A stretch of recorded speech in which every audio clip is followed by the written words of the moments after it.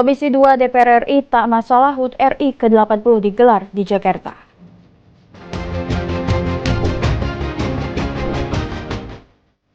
Mendikdasmen Abdul Muti ungkap masalah pendidikan saat ini. Viral beri lukisan kepada Presiden Prabowo, siswi SMP di Solo diapresiasi beasiswa sampai kuliah. Halo, selamat malam pemirsa setia Berita Nasional TV. Senang sekali Berita Nasional Malam kembali hadir menyapa Anda. Selain 3 berita utama tadi, akan ada informasi lainnya dari dunia, politik, ekonomi, hingga isu yang hangat diperbincangkan. Tentunya bersama saya, Lydia Junita. Baik, kita ke informasi utama pemirsa. Ketua Komisi 2 DPR Rifki Nizami Karsayuda menanggapi perayaan HUT kemerdekaan Indonesia ke-80 yang digelar di Jakarta. Menurutnya hal tersebut tak masalah dikarenakan Jakarta masih berstatus sebagai ibu kota. IKN tadi indah sekali. Pemerintah memastikan bahwa perayaan Hari Ulang Tahun Indonesia ke-80 akan digelar di Jakarta pada 17 Agustus 2025. Hal tersebut diungkapkan oleh Wakil Menteri Sekretaris Negara Juri Ardiantoro pada beberapa waktu lalu. Menanggapi hal itu, Ketua Komisi 2 Rifki Nizami Karsayuda mengatakan tak masalah jika Hari Ulang Tahun Indonesia digelar di Jakarta. Menurutnya Jakarta saat ini masih berstatus ibu kota. Ia juga menilai jika perayaan Hari Ulang Tahun RI digelar di IKN maka akan membutuhkan biaya yang tak sedikit. Terlebih dengan adanya Impres nomor 1 tahun 2025 tentang efisiensi anggaran. Satu dari sisi normatif, kendati Undang-Undang nomor 3 tahun 2022 tentang Ibu Kota Nusantara itu telah menyebutkan bahwa Ibu Kota Nusantara adalah ibu kota negara kita. Tetapi di undang-undang itu juga disebutkan bahwa pengaktifan atau aktivasi penetapan IKN sebagai ibu kota negara itu harus diatur dalam sebuah keputusan presiden. Dari Jakarta, Mahendra Dewananta, Adi Chandra, Berita Nasional TV. Dalam rangka memperingati Hari Anak Nasional, Museum Wayang yang terletak di Kota Tua menggelar pagelaran Ani Wayang Desa Timun. Kegiatan ini bertujuan menanamkan kecintaan terhadap budaya wayang sejak dini, sekaligus membuka ruang edukasi yang menyenangkan bagi generasi penerus bangsa. Beginilah suasana semarak perayaan Hari Anak Nasional di Museum Wayang Kota Tua. Puluhan anak tampak antusias mengikuti berbagai kegiatan budaya seperti mengenal tokoh-tokoh wayang, mengenal pagelaran Ani Wayang Desa Timun, sebuah pertunjukan inovatif yang memadukan seni wayang kulit tradisional dengan animasi modern karya Ani Wayang Studio. Acara ini menjadi ruang interaksi edukatif antara anak-anak dan warisan budaya wayang. Kegiatan ini tidak hanya menjadi hiburan, tetapi juga sarana edukasi yang memperkenalkan nilai-nilai luhur budaya bangsa. Museum Wayang berharap anak-anak tumbuh mencintai identitas budaya Indonesia. Tak hanya menjadi sarana hiburan, pagelaran ini juga mengusung misi edukatif memperkenalkan nilai-nilai kearifan lokal, serta karakter tokoh pewayangan yang syarat pesan moral dan kebijaksanaan. Lewat kegiatan ini, Hari Anak Nasional bukan hanya perayaan, tetapi juga mengingatkan kita bahwa masa depan budaya Indonesia ada di tangan generasi muda. Dari Museum Wayang, anak-anak diajak mengenal, mencintai, dan merawat identitas budaya sendiri. Ayamnya sih. Ayamnya. Kenapa ayamnya? Ayamnya suka matokin bola. Iya. Pokoknya seru deh. Seru ya. Kira-kira mau nonton lagi apa enggak? Mau. Nanti di rumah lanjut lagi Kalau sih. bisa 1 bulan sekali, Kak. Iya. Lydia Junita, Anggada Agung, Berita Nasional TV. Pemirsa, Sekretaris Jenderal Partai Demokrat Herman Hairun menyampaikan terima kasih kepada Wakil Presiden Gibran Rakabuming Raka usai menjenguk Ketua Majelis Tinggi Susilo Bambang Yudhoyono di RSPAD Jakarta. Herman menyebut doa yang baik membuat Presiden RI ke-6 SBY jadi lebih fit. Sekjen Demokrat Herman Hairun mengungkap kabar mengenai kondisi kesehatan terkini Presiden RI ke-6 Susilo Bambang Yudhoyono yang sempat mengalami kelelahan dan menjalani perawatan di RSPAD Gatot Subroto. Herman menyebut kelelahan yang dialami SBY disebabkan oleh rangkaian kegiatan yang cukup padat dalam beberapa waktu terakhir. Siapapun tentu yang telah menjenguk Pak SBY, kami ucapkan terima kasih. Doa kebaikannya, doa baiknya ya tentu ini juga mempercepat fitnya stamina Pak SBY. Menyampaikan terima kasih ke Gibran, Herman menyebut kondisi SBY saat ini membaik, bahkan sudah kembali ke kediamannya di Cikias, Bogor. Natasha Alko, Ade Chandra, Berita Nasional TV. Buntut dari terbongkarnya praktik prostitusi online atau Open BO yang dikendalikan oleh seorang narapidana yang mendekam di Lapas Kelas 1 Cipinang, Jakarta Timur, petugas langsung melakukan sidak di dalam lapas tersebut. Petugas menemukan sejumlah ponsel dan memindahkan sejumlah narapidana ke Nusa Kambangan. Petugas melakukan inspeksi mendadak di dalam Lapas Kelas 1 Cipinang, Jatinegara, Jakarta Timur. Dalam sidak ini, petugas memeriksa satu persatu kamar maupun narapidana untuk mencari barang-barang yang dilarang dibawa ke dalam lapas. Hasilnya, petugas menemukan sejumlah alat komunikasi berupa ponsel, headset maupun speaker. Selain itu, 16 orang dari narapidana di dalam Lapas Kelas 1 Cipinang tersebut juga dipindahkan ke Nusa Kambangan. Sidak ini merupakan buntut setelah Polda Metro Jaya membongkar praktik prostitusi online atau Open BO yang dikendalikan oleh salah satu narapidana berinisial AN berusia 40 tahun. AN memperdagangkan wanita dengan cara membuat grup Telegram, kemudian berkomunikasi dengan para pelanggan serta wanita yang diperdagangkan. Sementara Kalapas Kelas 1 Cipinang, Wahid Wibowo, menyerahkan dan mendukung sepenuhnya proses hukum terhadap AN dalam kasus tersebut ke petugas kepolisian. Selain sidak, sebanyak 16 narapidana yang mendekam di Lapas Kelas 1 Cipinang juga dipindahkan ke Nusa Kambangan. Yang tadi ditanyakan, nah tim kami melakukan razia dan saat itu memang ditemukan satu alat komunikasi dan kami juga memberikan ruang kepada tim Polda untuk menindaklanjuti itu. Kami mendukung sepenuhnya. Jadi pengungkapan itu sebenarnya hasil kerjasama antara Polda Metro Jaya dengan Kementerian Imigrasi dan Pemasyarakatan. Theo Fandi, Berita Nasional TV. Aksi pencurian bantal pada kepala di kursi penumpang kereta cepat Wus kembali terjadi.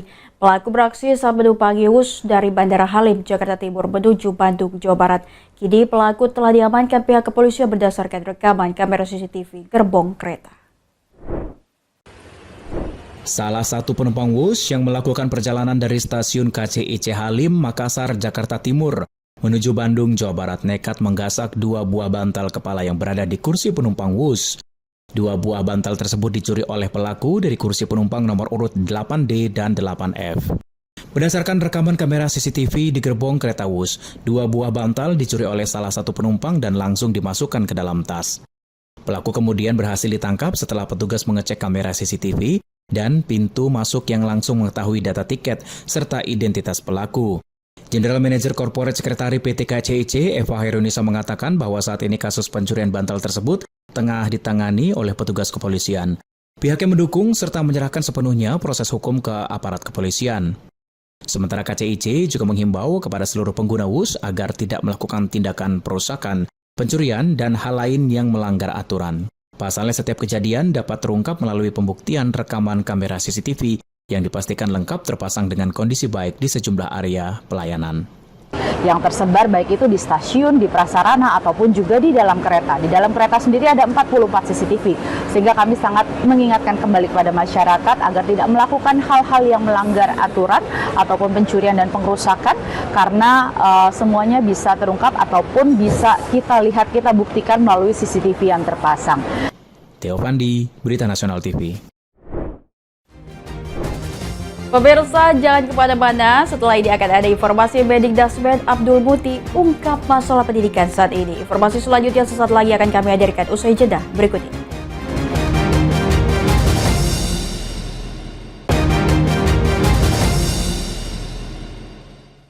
Terima kasih Anda masih menyaksikan Berita Nasional Malam pemirsa. Menteri Pendidikan Dasar dan Menengah Mendikdasmen Abdul Muti mengungkap situasi dan kondisi pendidikan saat ini yang masih terdapat banyak masalah, khususnya pendidikan di tingkat sekolah dasar. Berbagai masalah mulai dari sekolah dasar yang tahun ini tidak mendapatkan murid baru, masih adanya kekerasan fisik dan verbal, serta kualitas guru yang masih rendah. Menteri Pendidikan Dasar dan Menengah Abdul Muti menghadiri acara groundbreaking pembangunan gedung baru Sekolah Dasar Muhammadiyah Komplek Kolombo, Condong Catur, SDM KKCC di Kapanewon, Depok, Kabupaten Sleman, Yogyakarta. Dalam kesempatan ini, Mendikdasmen Abdul Muti menyoroti masih adanya berbagai masalah dunia pendidikan dasar di Indonesia saat ini. Ia mengungkapkan masih adanya sejumlah sekolah dasar di Indonesia yang tahun ini tidak mendapatkan murid baru, hingga adanya lebih dari 50.000 sekolah dasar di tanah air yang tidak memiliki kepala sekolah. Selain itu, Mendikdasmen Abdul Muti juga mengungkapkan masih adanya kasus kekerasan fisik dan verbal yang menjadi tantangan dalam pendidikan karakter siswa. Terkait berbagai masalah pendidikan ini, Abdul Muti mengatakan jika pihaknya telah melakukan berbagai upaya dalam rangka meningkatkan kualitas pendidikan dasar. Dalam konteks kita membangun pendidikan yang berkualitas, fisik tentu penting, sarana prasarana juga tidak kalah pentingnya, tetapi bukan segala-galanya. Karena yang sangat menentukan dalam konteks pemajuan pendidikan adalah sumber daya manusia yang menjadi penyelenggara dan pengelola lembaga-lembaga pendidikan. Dalam sambutannya pula, Mendikdasmen Abdul Muti meminta adanya evaluasi dari program 7 Kebiasaan Anak Indonesia Hebat. Ia mengatakan sudah semestinya pelaksanaan program 7 Kebiasaan Anak Indonesia Hebat dievaluasi seberapa signifikan dampaknya pada semangat belajar anak. Guru, banyak hal yang kita saksikan di lapangan, fasilitas yang lengkap itu tidak berkontribusi langsung terhadap pencapaian mutu pendidikan. Usai acara groundbreaking pembangunan gedung baru SDM KKCC di Depok, Sleman, Yogyakarta, Mendikdasmen Abdul Muti juga meninjau suasana pembelajaran di Sekolah Dasar Muhammadiyah Condong Catur.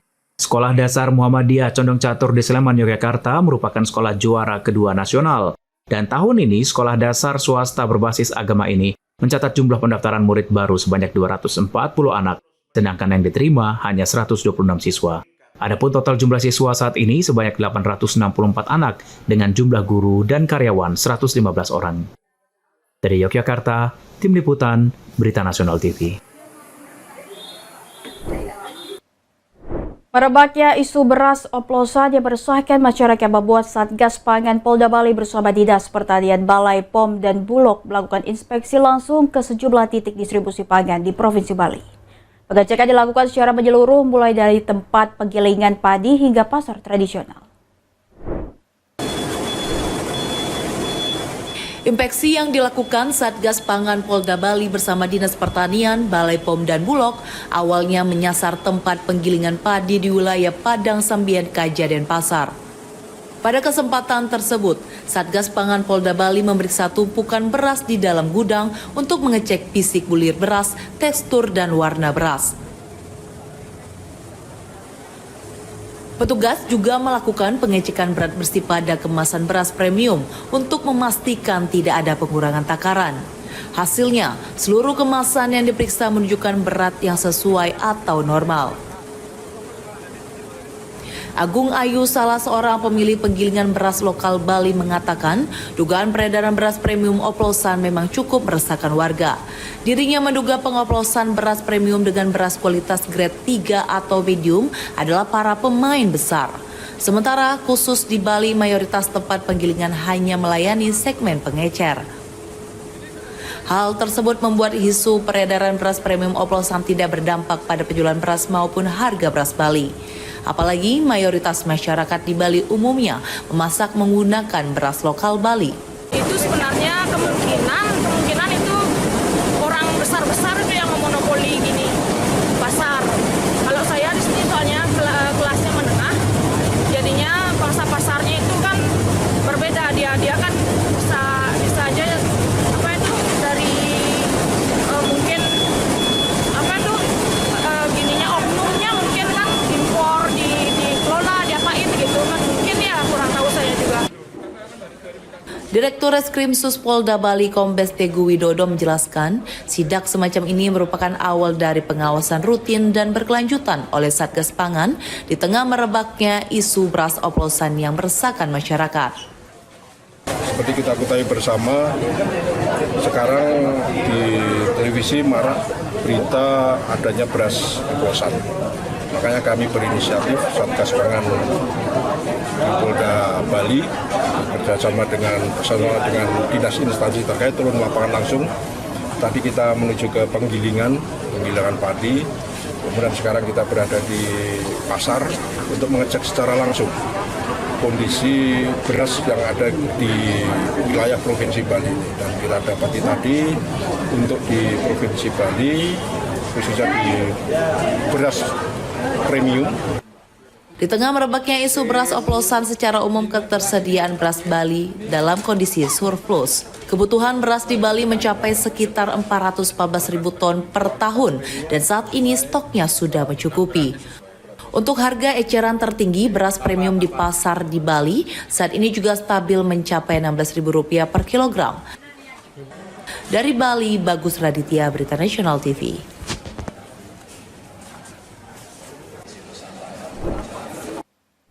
Informasi selanjutnya, aksi pencurian spion mobil oleh 4 remaja di Kota Bekasi, Jawa Barat terekam kamera pengawas CCTV. Tak tanggung-tanggung pemirsa, para pelaku menggasak 2 spion sekaligus saat mobil terparkir di depan rumah korban.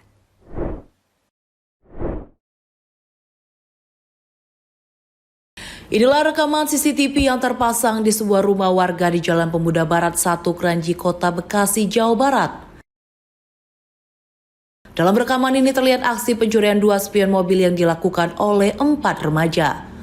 Menggunakan 2 sepeda motor, 2 orang pelaku turun dan langsung menghampiri mobil korban. Sementara 2 orang lainnya menunggu di atas motor sambil mengawasi situasi sekitar.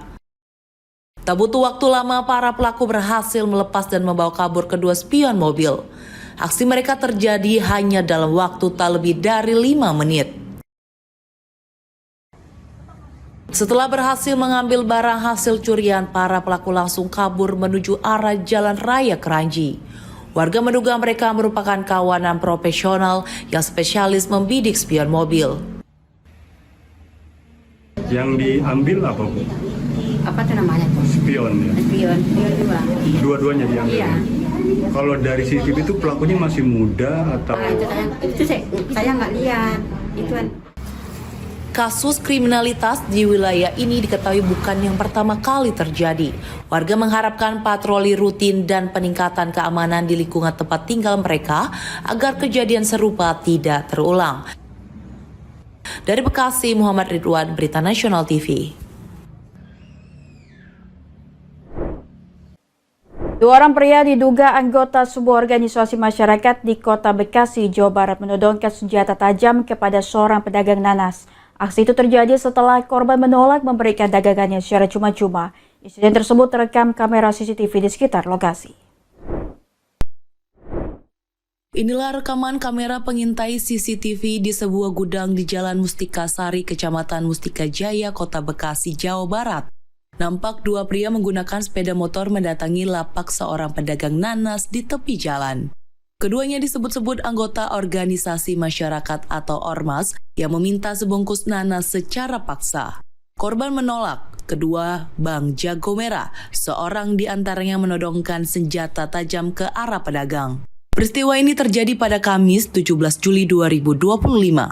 Tidak ada korban luka dalam insiden ini, namun korban mengalami trauma. Kan 2 kali datang tuh Bang. Pertama datang minta nanas, terus saya keberatan ngasih 1 kantong nanas itu.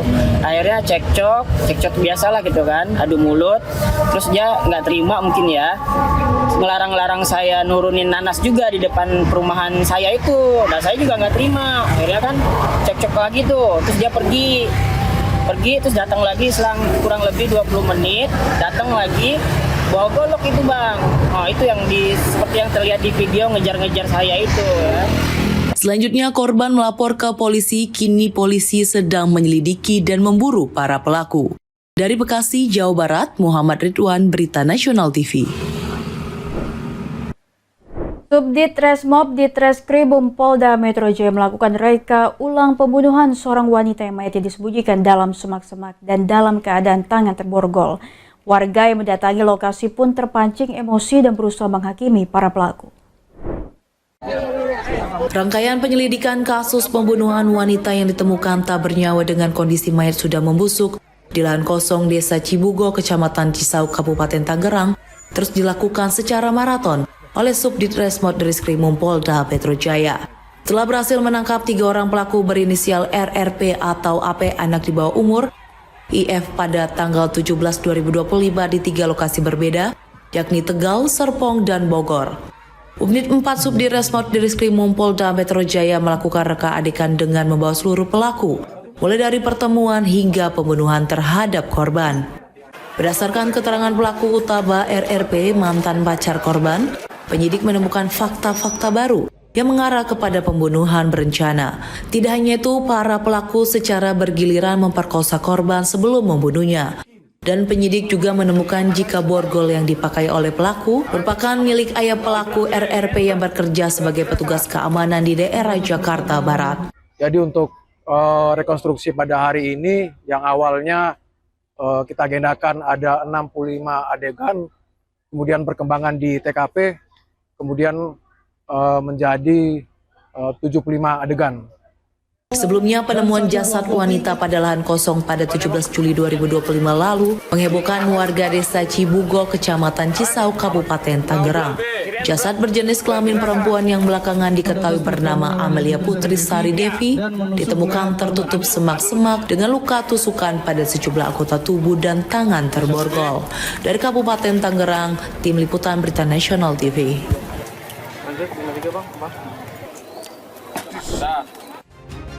Pemirsa, informasi selanjutnya akan kami hadirkan sesaat lagi usai jeda berikut ini. Tetap saksikan Berita Nasional Malam.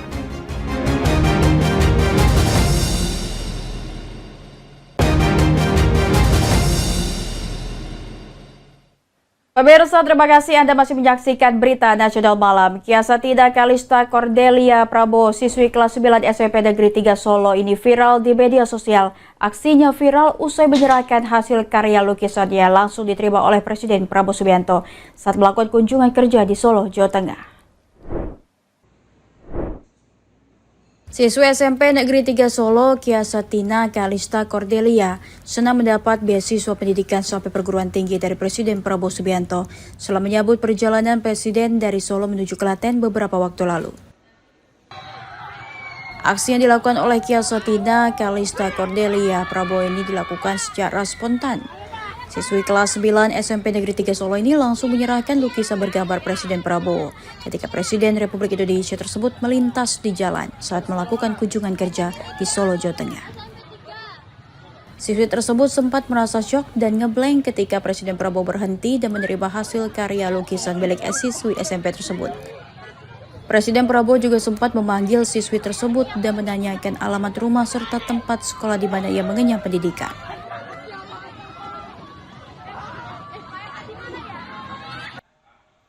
Dirinya menyangka terkejut dan tak menyangka dari aksinya menyerahkan lukisan tersebut justru diapresiasi beasiswa sampai kuliah oleh Presiden Prabowo Subianto.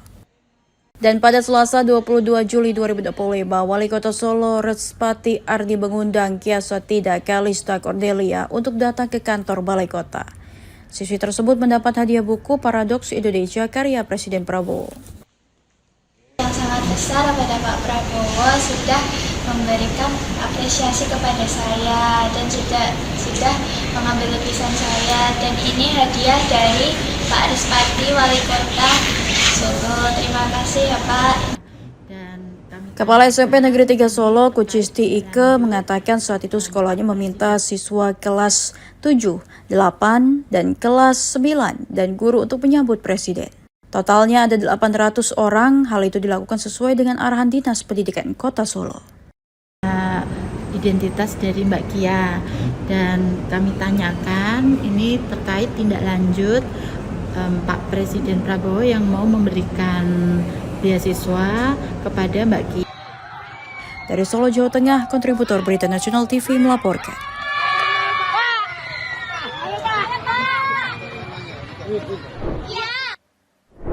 Koperasi milik desa Giri Mukti yang berada di Kecamatan Cilograng, Lebak, Banten resmi menjadi Koperasi Desa Merah Putih setelah Presiden Prabowo Subianto meresmikan 80.000 Koperasi Desa Merah Putih secara daring di seluruh Indonesia. Pemerintah pusat melalui Presiden Prabowo Subianto resmi meluncurkan 80.000 Koperasi Desa Merah Putih yang tersebar di seluruh Indonesia, termasuk Koperasi Desa Merah Putih yang berada di Desa Giri Mukti, Kecamatan Cilograng, Lebak, Banten. Koperasi Desa Merah Putih Giri Mukti menjadi salah satu dari 3 koperasi Desa Merah Putih percontohan yang berada di Provinsi Banten. 3 potensi usaha masyarakat di bidang pengolahan gula aren kualitas ekspor yang telah menghasilkan omset miliaran rupiah setiap bulannya.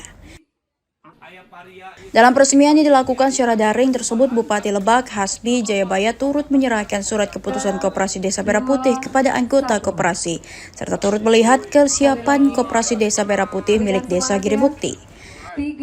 Manajer usaha Pak Asep Kurnia, makanya saya atas nama pemerintah daerah Kabupaten Lebak, atas nama Bupati mengapresiasi setinggi-tingginya usaha pribadinya beliau akan diintegrasikan ke dalam Koperasi Desa Merah Putih begitu.